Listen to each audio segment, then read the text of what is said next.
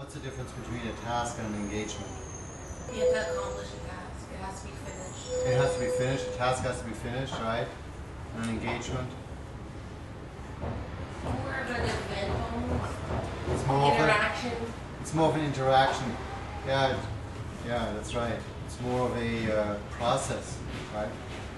It might not be that important that actually the person drinks the tea, but it might be that whole tea ceremony that is the real important part.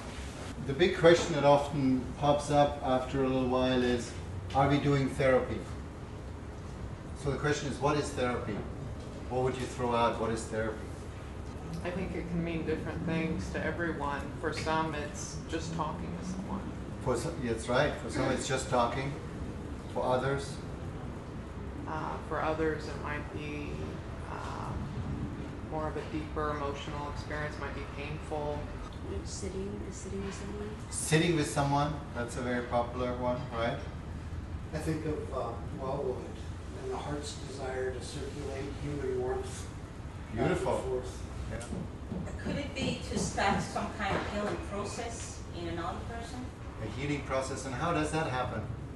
Well, I think to really heal, there has to be awareness, and that something is missing or is wrong, and then you have to be open to it. Yeah, we'll have to really expand that because many of our residents don't really talk. Many of our residents, you would not know, at least in the standard way, whether there is awareness in the way that you and I understand awareness. There's certainly awareness, but on different levels. Has anybody been in therapy? What was therapeutic for you when you were there? Feeling heard. Feeling heard. Mm-hmm. And again, being heard for someone who doesn't hear on the acoustic level doesn't mean this is not also to be understood metaphorically. Right? Being heard is what I think we talked about in the very beginning, accepted. Mm-hmm. You are okay the way you are. Being heard. There's nothing to fix, there's nothing wrong. And what I wanted to point out is, because there's going to be a discussion, is what I'm doing therapy, it is ultimately your attitude. Your attitude to whatever you do or not do is what makes something therapeutic. So I know, for example, when you sit with someone and you have a cup of tea together with an elder, you can have a cup of tea or you can actually have a therapeutic attitude in that process. You can walk with someone and you can, quote unquote, mindlessly walk, or you can actually walk with a mindful therapeutic attitude. You get to know someone. You get to feel someone.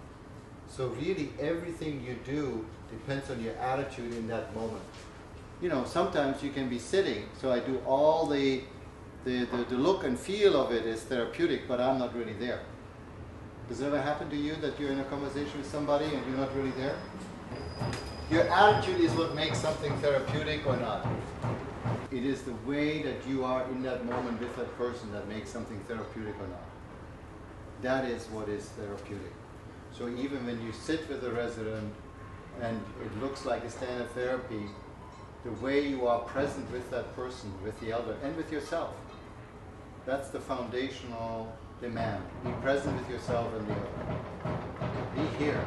And then again, being aware, being curious about why you get triggered in whatever it is that you get triggered in.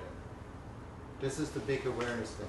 Why am I upset about Nader not saying hello to me today? You get upset, you get irritated. Of course, there are many levels to it. But whatever is going on with you, that's your work. That's your work.